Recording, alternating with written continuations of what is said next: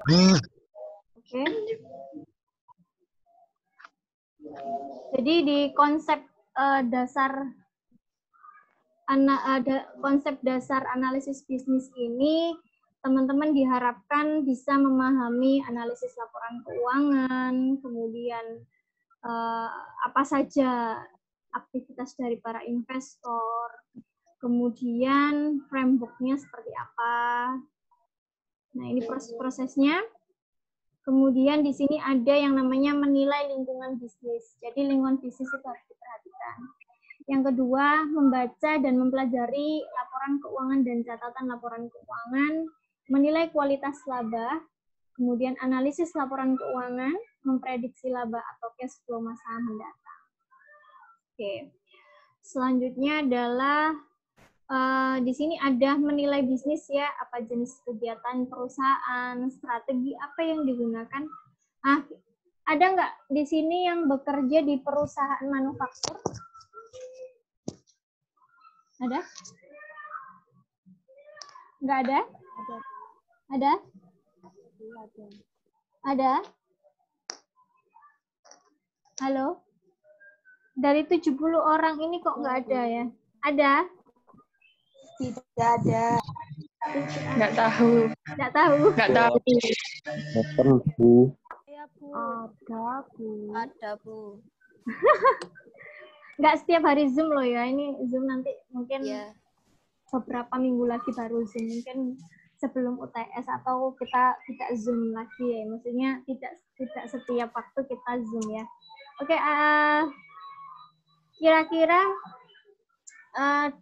di perusahaan itu siapa sih pemain utamanya?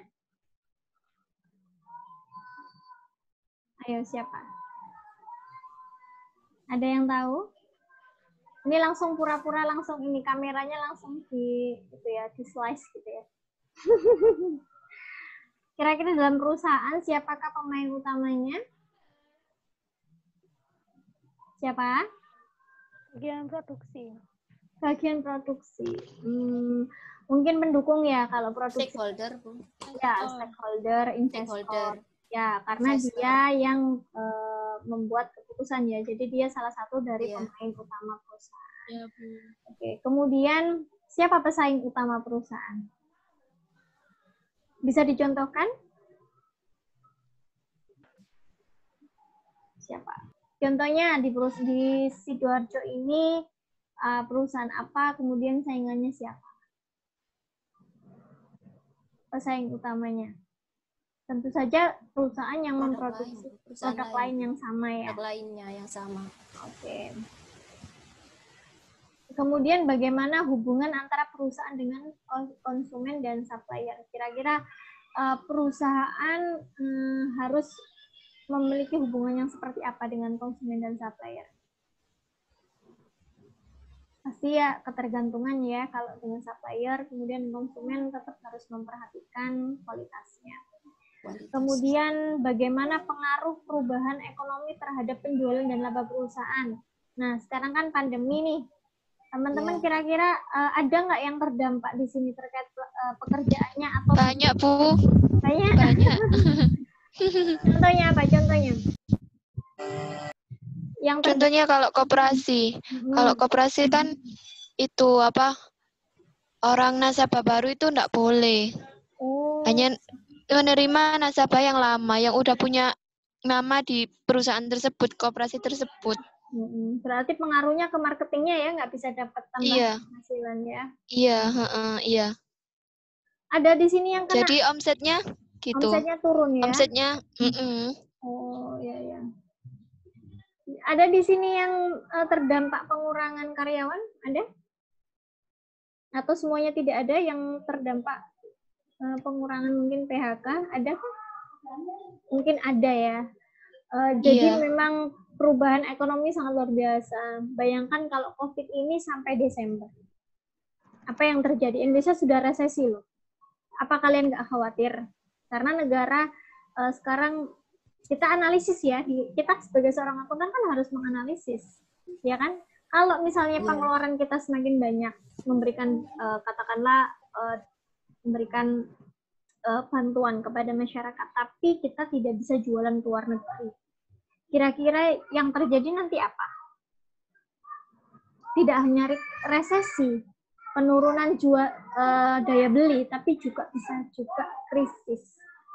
Ya, jadi dampaknya luar biasa. Nah, teman-teman harusnya punya inovasi dong untuk berpikir ke depan gitu, karena kalau teman-teman nggak ada inovasi, tidak akan berkembang seperti itu. Negara aja yang hutang, kita kan enggak. Ya kan kita nggak tahu ya, maksudnya apakah Desember besok itu kita berdoa COVID segera selesai. Cuman kan dampaknya adalah RAPB negara di tahun depan kan. Berarti kan kita tidak bisa menjamin juga tahun depan akan baik-baik saja seperti itu. Jadi yang jangan diem saja. Kalau misalnya teman-teman katakanlah sekarang tidak bekerja lagi, maka harus cari peluang bisnis, minimal menyelamatkan diri sendiri dulu. Setelah itu kalau sudah berkembang, boleh nanti ajak teman-teman yang lain. Jadi jangan patokan bekerja pada satu, katakanlah sudah tidak dipekerjakan. Jadi patokan jangan halau dan lain-lain, karena ini ya, kalau kita lihat lingkungan bisnis sekarang, kita analyze, gak usah pakai hitungan matematika pun, rasionya sangat jomplang gitu antara pengeluaran dan pendapatan, modal, semuanya apa?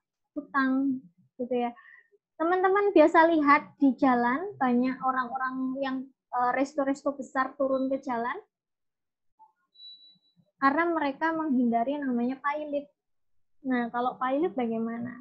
Jadi istilahnya bagaimanapun caranya mereka harus turun ke lapangan, harus melakukan inovasi agar usahanya tetap sustainability atau tetap berlanjut seperti itu. Mereka akan membuat banyak sekali skenario bagaimana kalau pilot, bagaimana PHK karyawannya, itu sangat banyak. Jadi kita belum aman seperti itu, ya. Jadi dengan analysis ini teman-teman bisa nih nanti ngitung penghasilannya sendiri, prosentasenya berapa. Profit besar itu bukan jaminan akan aman gitu ya, karena kan kita juga punya hutang. Kalau hutang lebih besar dari kekayaan kita dan juga lebih besar daripada aset kita, bisa kan nanti aset kita suaranya nggak muncul. apa? Suaranya ya, ya? Ya. Sudah? Oke, jadi itu ya yang saya sampaikan, bahwa menilai lingkungan bisnis juga penting. Itu kaitannya dengan COVID yang saat ini ya. Muncul ya kata apa namanya PPT-nya? Muncul, Bu. Muncul, oke. Analisis industri.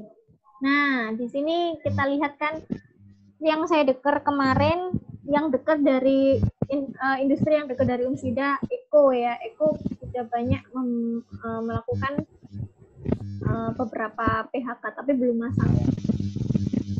Jadi saya rasa analisis potensi laba juga sangat penting ya, kondisi industrinya. Yang kedua, setiap industri memiliki profitabilitas yang berbeda tergantung dari keunggulan yang dimilikinya. Jadi di tempat saya itu kan nggak jauh ada produk ini loh, produk tas yang biasanya diperjualbelikan untuk orang yang luar negeri atau umroh ya.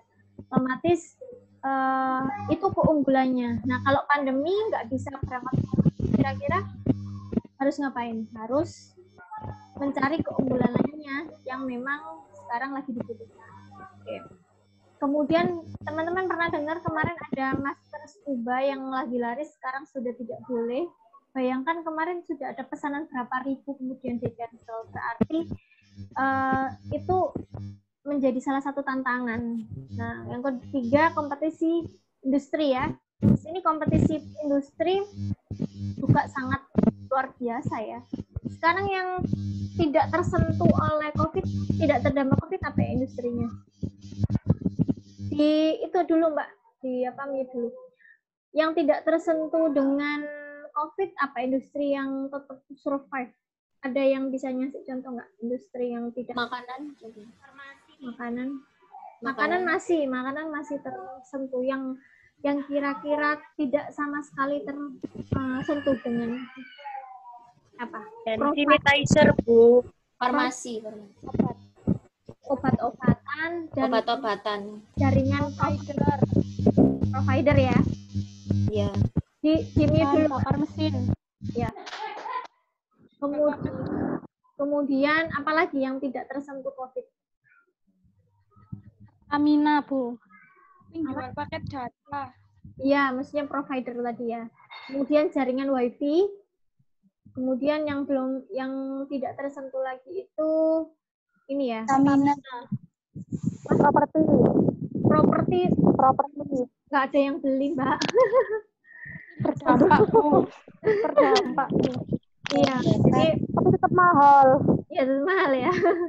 Nggak tahu ini kedepannya katanya kementerian untuk pembelian mobil tidak ada pajaknya karena tingkat daya beli masyarakat menurun. Kalau nggak ada itu berarti harga mobil bisa sangat terjangkau, gitu ya. Nah itu tadi ya kompetisi dalam industri. Sekarang beberapa perusahaan banting setir jadi produsen masker ya, yang orang-orang menjahit itu ya. Kemudian yang selanjutnya adalah struktur pasar dalam satu industri menentukan apakah perusahaan dalam industri tersebut dapat memperoleh laba yang abnormal. Jadi struktur pasar itu juga perlu diperhatikan karena terkait nanti dia bisa nggak mendapatkan laba yang abnormal, yang di luar biasanya. Yang terakhir adalah kondisi perekonomian mempengaruhi profitabilitas industri perusahaan. Nah, kira-kira kalau misalnya nih yang udah bilang dari Januari COVID belum selesai, kira-kira apa yang terjadi? Kira-kira apa? Krisis ekonomi. Kemudian peran teman-teman apa? Peran sebagai seorang accounting. Jadi mulai dari sekarang teman-teman dipersiapkan ya, istilahnya mau bisnis apa sih yang kira-kira kita analisis dulu. Bisnis ini tersentuh nggak ya dengan adanya COVID gitu, atau malah dia membludak gitu ya. Justru sekarang makanan yang kaki lima yang luar biasa ini, karena di mal-mal juga cukup ini ya. Oke, kita lanjut ke aktivitas bisnis ya. Di sini ada kompetisi, permintaan pasar, kemudian distribusi. Sekarang kan yang paling laris juga pendistribusian paket ya. Ya, jadi teman-teman kan memilih untuk belanja online sehingga distribusi biaya seperti kurir itu lagi hit sekarang. Jadi kita mau beli apa-apa semuanya lewat kurir gitu ya. Meskipun Grab dan Gojek juga mengalami penurunan untuk yang penumpang. Kemudian kinerja manajemen. Jadi ada beberapa perusahaan ada yang tidak memutuskan PHK tapi dikurangi gajinya. Jadi terimanya mungkin hanya 70% atau 80% gitu ya. Kemudian yang kelima opportunities. Jadi dalam bisnis itu tetap ada peluang ya. Jadi kita harus bisa menganalisis keadaan sekitar. Kita nggak usah yang tinggi ya, maksudnya analisis keadaan sekitar. Kira-kira yang dibutuhkan warga sekitar kalian itu apa sih? Jadi kalian harus menciptakan bisnis seperti itu ya. Kemudian ada tantangan ya, tantangannya semuanya harus dilakukan secara daring ya. Sekarang kan banyak sekali bisnis makanan yang yang tiba-tiba ada gitu ya. Jadi harus disesuaikan dengan gaya hidup masyarakat ya. Kalau sekarang kan lebih banyak suka makanan rumahan. Nah, itu mungkin jadi peluang juga. Kemudian ada proyeksi, promosi. Bagaimana cara kita mempromosikan itu merupakan salah satu aktivitas perencanaan tujuan. Kemudian yang terakhir adalah pricing. Jangan sampai kita jual produk kita itu sangat rendah dari pasar. Oke, selanjutnya kita lanjut ke slide selanjutnya. Ini adalah faktor yang menentukan profitabilitas, ya. Ada rivalry among existing firm, jadi ada terkait dengan keberadaan perusahaan, ya. Jadi jangan sampai ini juga menjadi penghambat profitnya kita. kemudian kelemahan dari pendatang baru, jadi skala perekonomian. Jadi sebenarnya kalau kita kelihatan, kalau teman-teman kelihatan laris, pasti ada pendatang baru ya. Jadi gimana caranya dia itu bisa menyaingi kita. Jadi itu merupakan suatu ancaman ya bagi kita ya. Kemudian dari barang substitusi. Teman-teman dulu tahu bahwa kita perlu jam, kita perlu kalkulator, tapi untuk sekarang dengan handphone itu menjadi substitusi ya, sudah pengganti ya, sudah nggak usah kalkulator sekarang ya. Tapi kalau ujian nggak boleh pakai handphone ya, tetap harus beli kalkulator ya. Oke, selanjutnya bargaining power dari buyer, dari pembeli ya. Jadi kekuatan dari penawaran pembeli itu juga sangat ini ya. Kita misalnya gini, aku mau beli banyak, tapi harganya sekian. Nah, kalau di pandemi gini, kira-kira dikasihkan nggak barangnya? Pasti dikasihkan, ya kan? Kemudian bargaining power of supplier. Aku mau nyetor, tapi aku harus dibayar cash, atau misalnya aku harus bayar mahal, seperti itu. Kalau nggak, aku nggak mau nyapli. Jadi ini yang menentukan profitabilitas kita. Nah, bagaimana caranya? Kita harus menganalisis kira-kira harus apa yang harus kita lakukan. Kita tetap baik dengan supplier, kita baik dengan buyer, dengan barang pengganti nggak masalah, kita tetap survive. Nah, itu juga harus dipikirkan, itu harus dianalisis ya, bagaimana profit kita tetap tinggi gitu ya. Kemudian selanjutnya di sini ini ya, ada analisis keuangan, ada analisis profitabilitas, ada risiko, arus kas. Jadi teman-teman kalau misalnya kita contohkan saja, teman-teman mau bikin bisnis, dianalisis dulu resikonya. Kira-kira katakanlah teman-teman mau pinjam uang, kira-kira dalam 1 bulan teman-teman mampu nggak untuk membayar hutang itu? Di analisis resiko, karena kan kalau kita nggak melakukan analisis, takutnya nanti gagal bayar. Kemudian arus kasnya, ya kan? Kemudian di sini juga, nah ini adalah yang nanti akan kalian pelajari di pertemuan-pertemuan selanjutnya ya, terkait profit, risiko, arus kas. Nah, bagaimana menghitungnya dengan analisis hasil? Ya, jadi di sini kita berupaya untuk bagaimana sih kita bisa menghitung dari analisis keuangan itu bisa kita presentasikan dan bisa kita jelaskan secara ilmiah seperti itu ya. Kenapa terjadi seperti ini, faktornya apa. Kemudian di sini ada aktivitas bisnis, ada aktivitas investasi, pendanaan. Nah, ini juga nanti bisa teman-teman bahas di topik selanjutnya, karena ini hanya pengantar. Nah, untuk teman-teman yang baru datang, di sini tadi sudah saya sampaikan ya, terkait kontrak perkuliahan, ada peraturan perkuliahannya tadi, ini adalah boleh difoto atau bisa dilihat di e-learning-nya nanti. Ini referensi yang saya pakai. Buku Munawir, kenapa Bu tahun 90 masih dipakai? Ini lebih mudah difahami mahasiswa. Jadi saya yang penting kan teman-teman paham. Nanti kalau misalnya mau nambah buku yang lain boleh. Jadi misalnya dalam satu kelas ada 70 orang, kamu kelompok A, kamu beli buku ini aja deh. Kelompok yang lain boleh buku ini. Jadi banyak pengetahuannya gitu ya. Kemudian di sini prosentasenya, kemudian kehadiran, jangan lupa aktif di e-learning, minimal download, baca, dan juga aktif di forum. Jadi kalau kalian dalam satu pertemuan itu misalnya 1 kali komen, 1 kali menjawab, 1 kali bertanya, itu juga menjadi poin ya, seperti itu. Nah, kalau misalnya dalam satu forum diskusi ada pertanyaan yang belum bisa terjawab, nanti saya akan bantu jawab.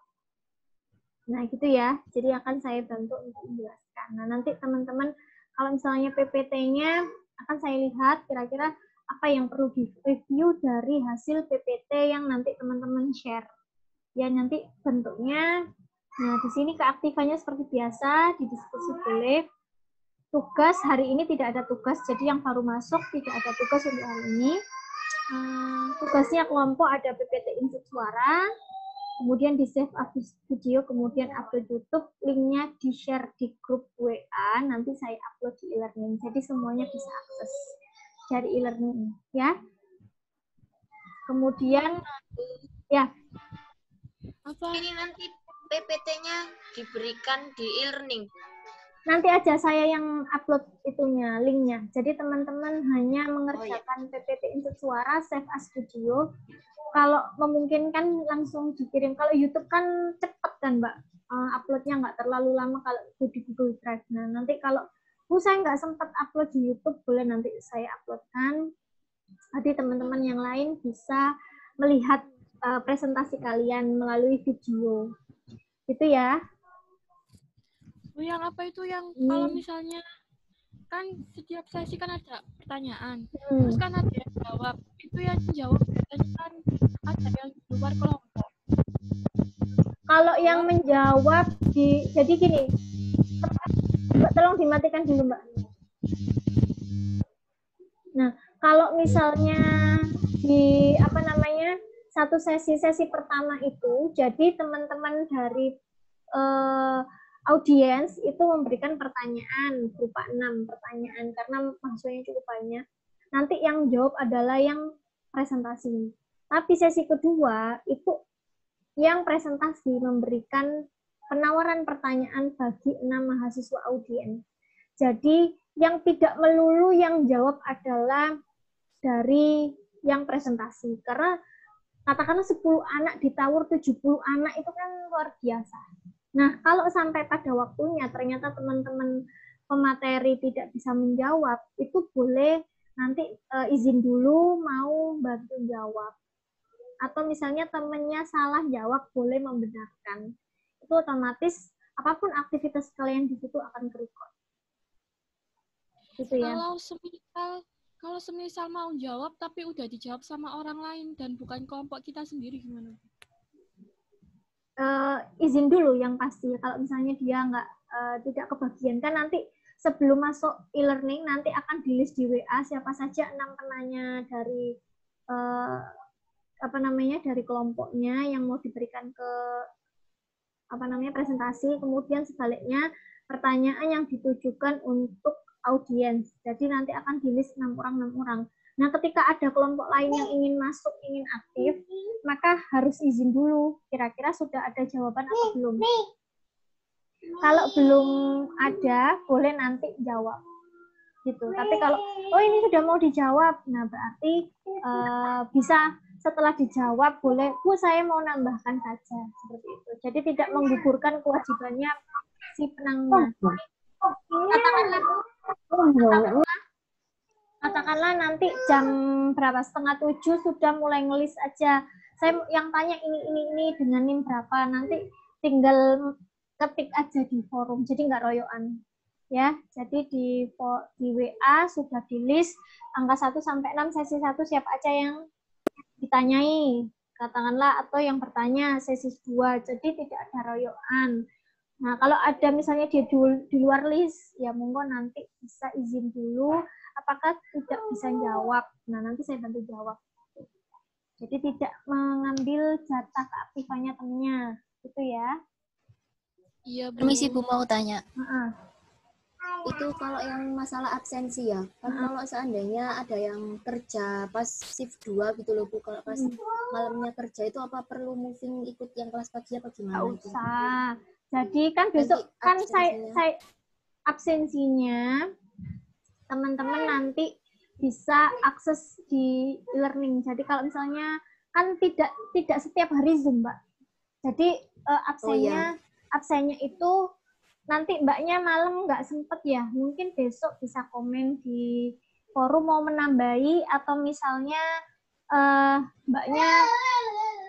Jadi kalau beda ya, kalau kehadiran itu bagaimanapun sibuknya harus tetap buka materi yang saya berikan, harus tetap download materi yang saya berikan. Tapi untuk keaktifan kan gantian. Jadi nanti yang sebelum tanya jawab itu nanti jam 6:30 sudah ngelis 12 anak.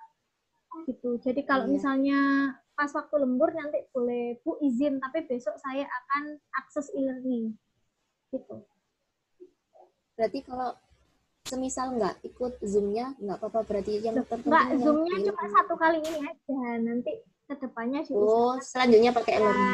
Oh iya. Pakai e-learning. Iya. Ini hanya mungkin kangen dengan saya atau kalian kangen dengan teman-teman yang lain, jadi saya buatkan Zoom. Jadi minggu depan nggak Zoom terus Mbak, nanti kuotanya habis anak-anak ya. Jadi kalau pas waktu teman-teman lembur, Bu, saya lembur sampai jam 9, nanti aksesnya boleh jam 10 malam. Atau besok-besok pagi. Iya. Tetap aktif jadi e-learning, nanti akan ke-record ada rapotnya. Jadi kalau nanti, Bu, nilai saya jelek, saya akan buktikan dengan ngeprint keaktifan atau rapot keaktifan kalian di e-learning. Masing-masing mahasiswa sudah otomatis ada. Itu ya, jadi jangan khawatir, nggak harus moving buat apa, kan ini kelas online, bisa kalian akses kapan pun. Ya, jadi kalau malam shift 2, Bu, besok pagi masih bisa diakses. Atau shift 3, ya, jadi jangan khawatir, selama teman-teman mau akses itu dan mau mengerjakan tugas, mau mengerjakan tugas kelompok maupun individu aman. Individu pun tugasnya juga dikumpulkan 1 minggu ya, jadi 4 hari lah maksimal untuk pengumpulan tugas individu, enggak yang 1 minggu. Nanti kita bahas bareng-bareng di forum diskusi. Jadi tidak Zoom terus-terusan, enggak, cuman untuk awal saja, nanti kalau diperlukan lagi, ya lagi, kalau enggak ya sampai UTS nanti tidak Zoom. Itu ya. Nanti kalau teman-teman request, Bu Dwi kita mau Zoom nih, boleh. Tapi disepakati dulu, yang lain bisa nggak seperti itu ya. Jadi Zoom ini fleksibel. Saya hanya mewajibkan di awal saja untuk refreshing teman-teman dan seolah-olah ini beneran ada kuliah gitu loh. Kalau misalnya meneng-menengan e-learning, apa ya sih dikarepno Bu Dwi gitu loh. Kadang kan ada yang ogah-ogahan lihat e-learning, tapi kalau misalnya dijelaskan gini kan teman-teman akhirnya, oh iya ya, meskipun aku nggak bisa akses malam, besok bisa, gitu. Gitu ya. Oke, ada pertanyaan? Ada, Bu. Ya. Nggak ada? Kalau nggak ada, saya akhiri, biar teman-teman bisa istirahat. Kemudian mungkin besok atau lusa bisa akses e-learningnya. Enroll-nya saya kasihkan di WhatsApp ya. Jadi minggu depan jam 6:30 silakan teman-teman untuk ngelis 12 orang, 6 orang sesi pertama, 6 orang sesi kedua. Kemudian nanti setelah 12 anak sudah ada, boleh nanti absen yang manual.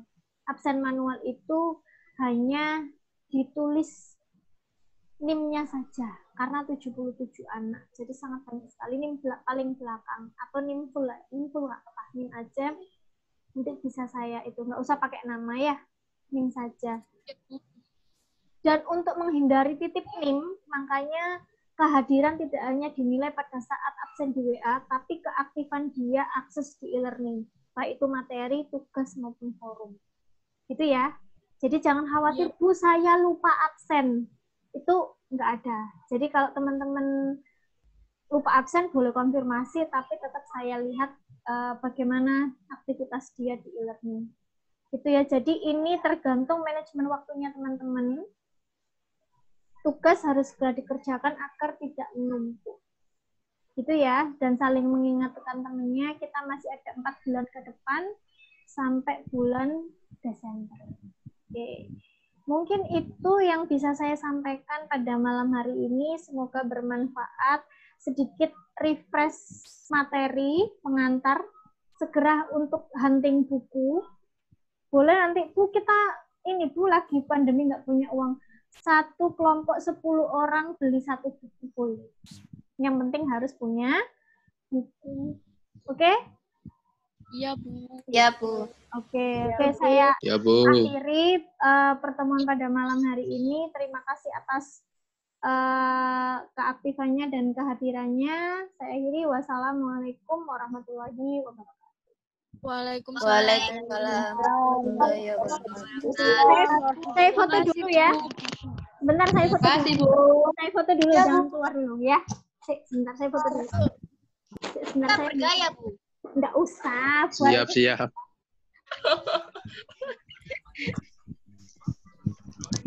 Gaya gue. Sudah pulang. Roma. Info mabar. Siapa kamu siapa? Among Us. Info gaselur. Mbak Riang, Syahrifu. Up. Ayo Mbak Dinda.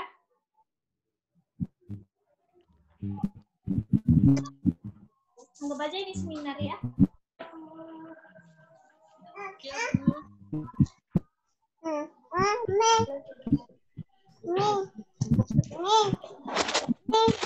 Oke, terima kasih. Silakan live group ya. Terima kasih, Bu. Mas ya, Bu.